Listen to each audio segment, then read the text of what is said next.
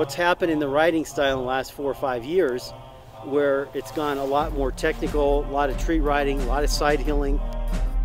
What we're seeing now is we want to have a lot of rider input to manipulate the snowmobile at will on really steep terrain, in and out of trees.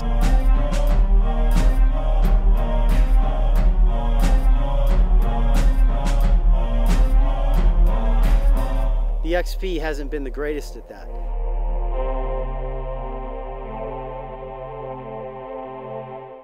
We started looking at the XPs years ago and kind of put it on the back burner because we were working on some other things. And last year we got serious about taking a look at it and seeing what we thought we could do as a company to make improvements to make a good snowmobile just that much better. The mass weight of the machine is right in here, right where the motor is. When you place a rider on the machine in a wrong foot forward or in a stance over it, you're centralizing the weight of the rider and the mass weight of the machine right in this area.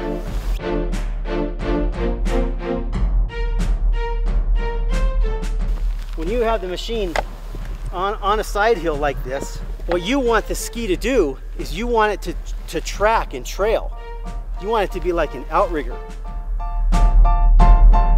This snowmobile has our front end on it.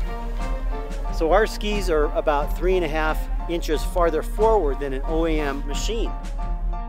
The ski being back here further, closer to the mass of the weight, makes the ski a pivot point.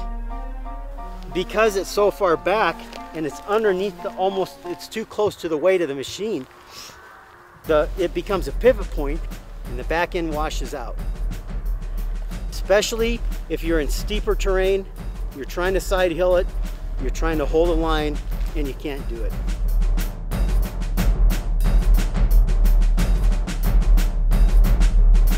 Since we've moved the ski forward, we push it out away from the weight of the machine.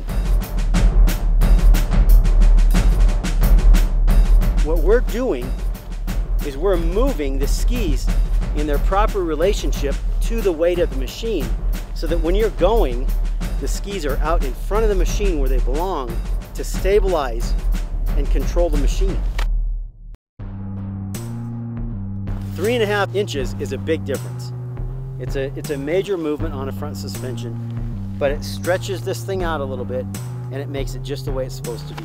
On this front end, the upper and lower arms are both chromoly arms, very strong. We give it a little bit steeper caster angle because the steeper caster angle gives us a little bit more predictability. We give you new steering rods, but we're utilizing the OEM spindle. These front ends require a spherical ended shock so that they can pivot forward.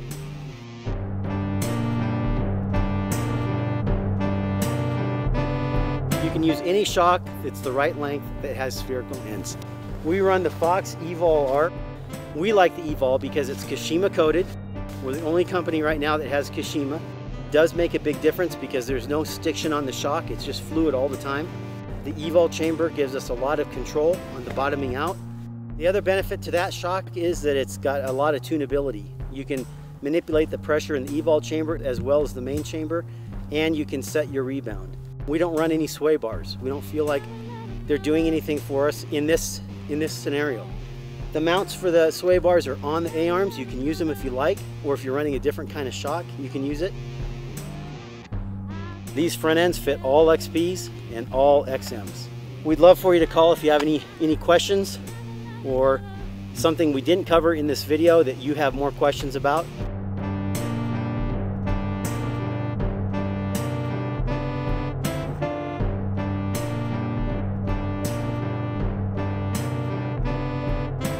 If you're a technical rider or you just want more predictability and more rideability out of your machine, this front end is the front end that you want.